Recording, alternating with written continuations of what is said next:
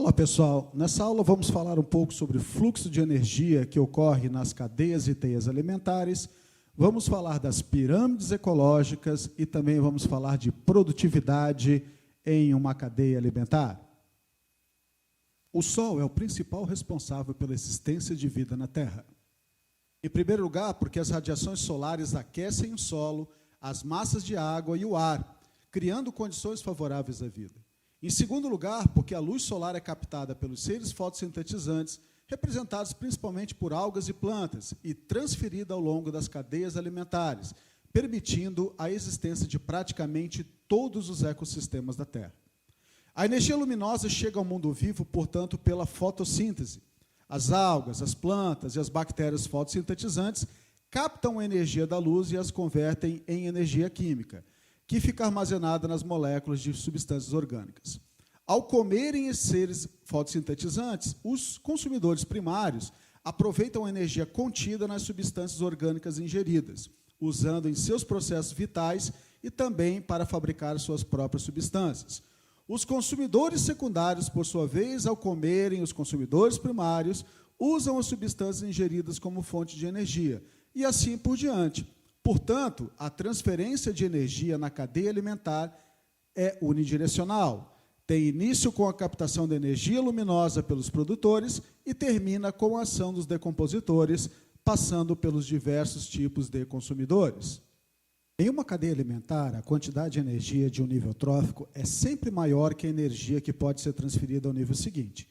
Isso ocorre porque todos os seres vivos consomem parte da energia do alimento para a manutenção de sua própria vida.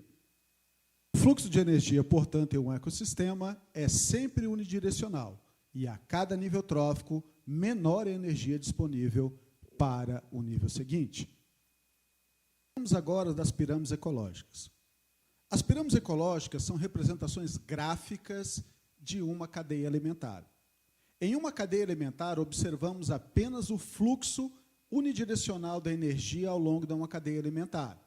Entendemos que um organismo vai ser consumido por outro e assim por diante, mas não sabemos a quantidade de organismos ou a quantidade de massa ou a quantidade de energia envolvida nesta cadeia.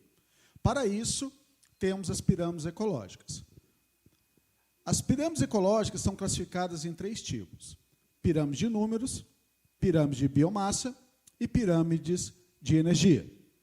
A pirâmide de números ela é elaborada levando em consideração o número de indivíduos em cada nível trófico de uma determinada cadeia alimentar. Uma pirâmide de número terá em sua base os produtores, que será sempre o nível maior quando nós tivermos uma cadeia em equilíbrio. Os níveis superiores representarão, respectivamente, os consumidores primários, secundários e terciários. Vale a pena salientar que os decompositores não farão parte das pirâmides ecológicas, uma vez que nós não temos aonde encaixar esses decompositores na mesma. Uma pirâmide em equilíbrio sempre estará diminuindo progressivamente. Porém, existem alguns casos que nós encontramos uma pirâmide completamente invertida, a base sendo menor do que os andares superiores, sendo que os andares superiores estão sempre aumentando. Quando observarmos um exemplo desse, é que estamos falando de um exemplo de parasitismo.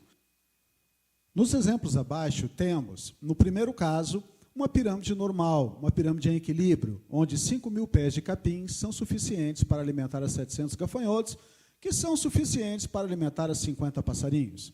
Isto é o normal de encontrarmos numa pirâmide, um equilíbrio.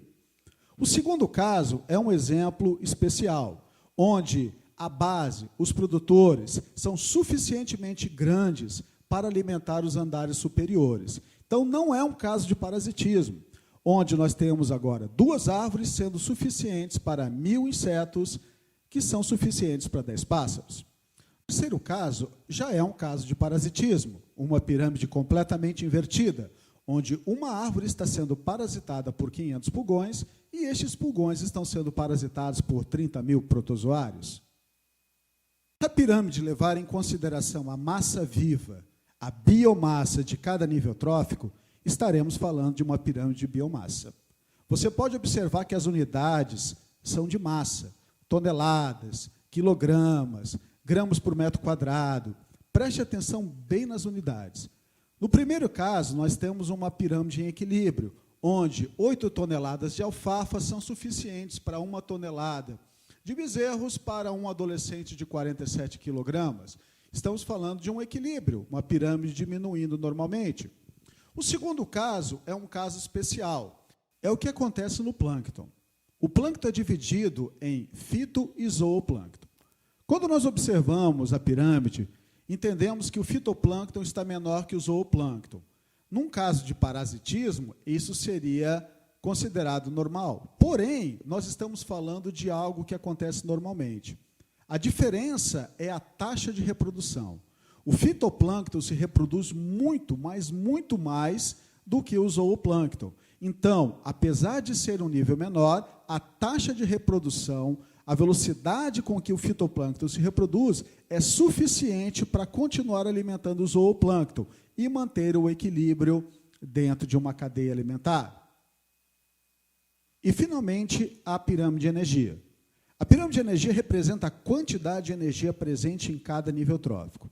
Essa pirâmide nunca se apresentará invertida, pois a tendência da energia é se perder e não se acumular ao longo de uma cadeia alimentar. Preste sempre nas unidades utilizadas. Sempre são unidades de quilocalorias por área, por ano, mas são unidades de energia.